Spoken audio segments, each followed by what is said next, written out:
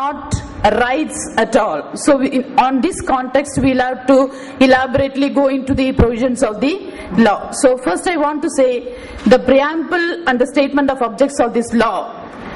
It will be very, very useful for you to read the law in the light of, or use this preamble as a guideline for evaluating the law, or for using the law, or for interpreting this law. Or you can even evaluate the orders passed by the courts, the procedure applied in the courts, in the light of the preamble and the objects and reasons which are enumerated in the law itself. So even an High Court judge of my Kerala High Court went on to say that whenever you read a provision of law, don't stick to that section 3 or section 23(1) or to section 18 or 19 or 21.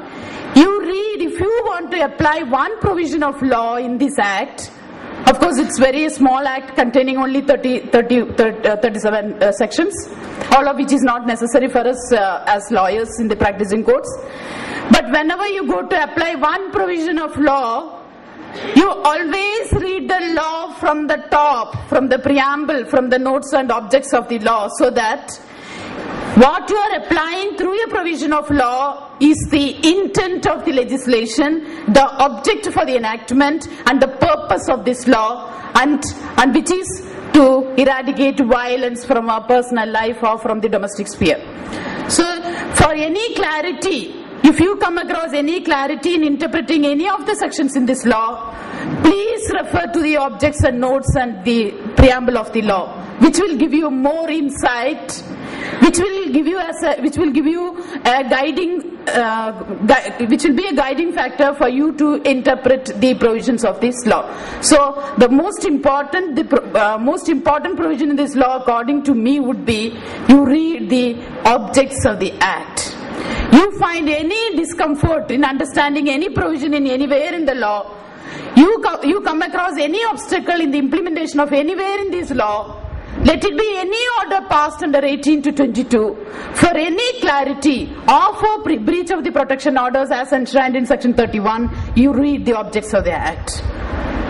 So with this content, with this framework, we are navigating through this special law, the provisions thereon. Now we have these sections of definitions. You would have been very well familiar with these words. Such definitions have not incurred or occurred in any of our provisions of any other law, called aggrieved person, the domestic relationship, domestic violence, which has definitions and explanations running over to 3 pages about domestic violence, section 3.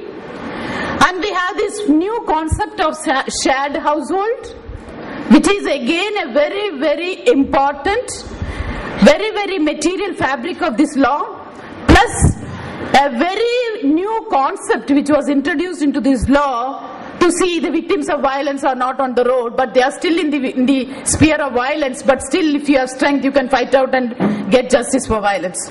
And we have this provision on protection orders, order made in terms of section 18. There is quite a lot of controversy on this issue also. You will recall that there were judgments passed by various high courts which says that section 13 penalty for breach of an order does not take in the orders passed under section 19, 20, 21, 22, custody orders, monetary orders, but only it takes in section 18. But then within this 2 days program, we are going to see more elaborately in the light of the objects and reasons of this act, and in interpreting this law or it having a purposive intent for interpretation, we are going to see this definition on protection order and get ourselves clarified, as Sheila has already said, clarify ourselves. Then we are able to clarify to the judge. Then we are able to clarify to the victim standing before us how you can apply this law in a totality to overcome this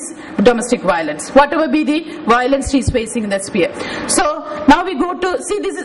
I am making only very few comments because I am sure most of you sitting here are practicing lawyers or activists who have for the past 3 years have used this law into a very we have been using this law And most of the lawyers I found, they are very, very encouraged to see, and they are very enthusiastic in applying this law and getting orders, though it has got many, many drawbacks in the implementation of this section.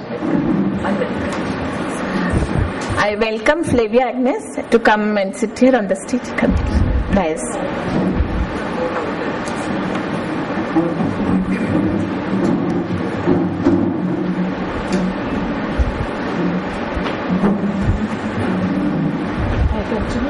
Yeah, continue. Anyway, from the definitions, now I pass on to the other sections, the important sections. The definitions are very, very important for interpreting the law. And I go to the next section, that is section 4, that is information to the protection officer. Any person, I have put it in a color, different color, to see that any person does not include a female alone. It casts a responsibility on the society, or any person who has knowledge, or any person who feels that an act of domestic violence is about to happen, or it is happening, or it has happened. So that any person in section 4 does not take in a women at all. It takes in any person, means anybody who has information. That's it. Any person who has reason to believe that an act of domestic violence has been, or is being, or is likely to be committed may inform the PO. That means to say, anybody who has that intention and knowledge that it is going to be committed can complain. It need not be so this any person, you will have to read in consonance with the provision that who is an aggrieved person. Aggrieved person in section 2 definition is different from any person in section 4. Then no civil or criminal liability to the informant who has made this information about domestic violence in good faith to the protection officer concerned. So I want to only point out that you're familiar with the provisions. I only point out that a social responsibility and an obligation of an individual to react against violence. So no more a domestic violence is a private affair between the parties to a marriage or in a domestic relationship, but it has become a social obligation of very socially conscious person to react to or inform or get redressal or ask the victim that you have such a mechanism for you to redress the violence. And it also emphasizes for a violence-free atmosphere for all. So it has much a broader responsibility behind this section 4 and not limited to only persons who are victims or only persons who are concerned with the victim, nothing of that sort. Next. Now we have this section 5. I am not reading the sections. It is about the duties of the police service provider and all these mechanisms under the law. The very unique feature of this law, as I have felt, is that the law does not deal with one person who is aggrieved and a court and that the victim will have to work out the remedies with the court. No. This is a social enactment to see that so much of infrastructure of the society is being included into the law to help out the victim. The entire purpose of all these mechanisms, why it is driven to the life of a woman, is that the society is made responsible for the individual act of a perpetrator of violence. So there are all these kinds of mechanisms like social welfare. I mean the police, the service provider organization, the protection officer and the magistrate, and again comes the shelter homes, the counseling procedure, the clinic, the medical assistance, everything. All these institutions, counselors, all these institutions are there in a full-fledged manner to help the victim of violence to get relief from violence. So it is more a social legislation and a social responsibility is cast upon these institutions to see that justice is meted out for the victim of violence, whoever be it.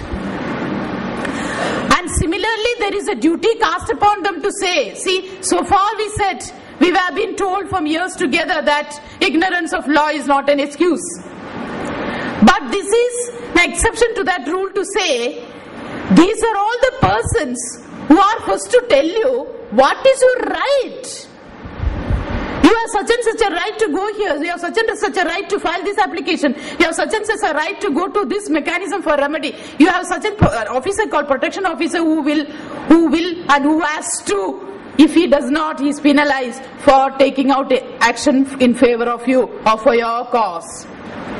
So first and foremost, they are telling you that you have such and such a wide range of mechanisms in the law who are bestowed with the responsibility, and the wording used is shall.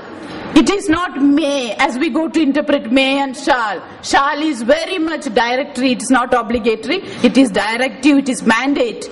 The counselor shall, the protection officer shall, the wording used is shall. So, I leave it at that, you understand. These are all the rights a victim has got. Apart from that, you can go for, you have the services of a shelter home, service provider, medical facility, there is a police to take cognizance of an offence, everything. So this is an exception to the 100-year-old saying that ignorance of law is not an excuse. But then a party can claim that I want to know what is happening. You just imagine yourself in the position of a victim and find out what is your right, where all I can seek the relief of. For every 101 violence which you are facing, there are mechanisms, there are rules, there are reliefs available under the law. Next. This I covered it in my earlier section to say what are all the institutional supports to the victim. It says about the shelter homes, the medical facilities, the service providers. And the service providers are to record the DIR and to get medical assistance and ensure shelter, immunity from prosecution. All this I have covered it in my earlier section.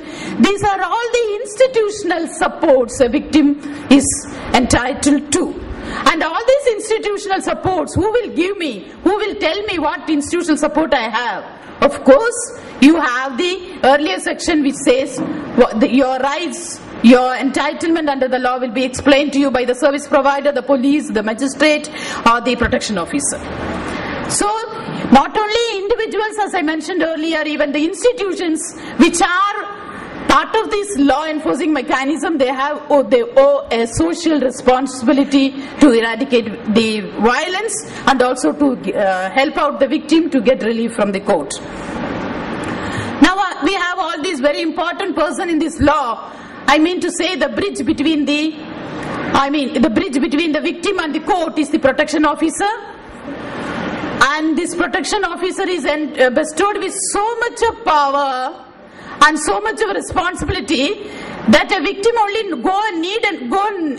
stand before him and say, sir, this has all happened, I need to get justice. It is so much a strong position in law this person of protection officer has. He is supposed to take care of the entire needs of the victim of violence to see that the violence is not repeated. She gets protection orders, stop violence orders, and even to the extent of seeing that she is being rehabilitated in a violent-free atmosphere. Not repetition of violence, everything. A full-time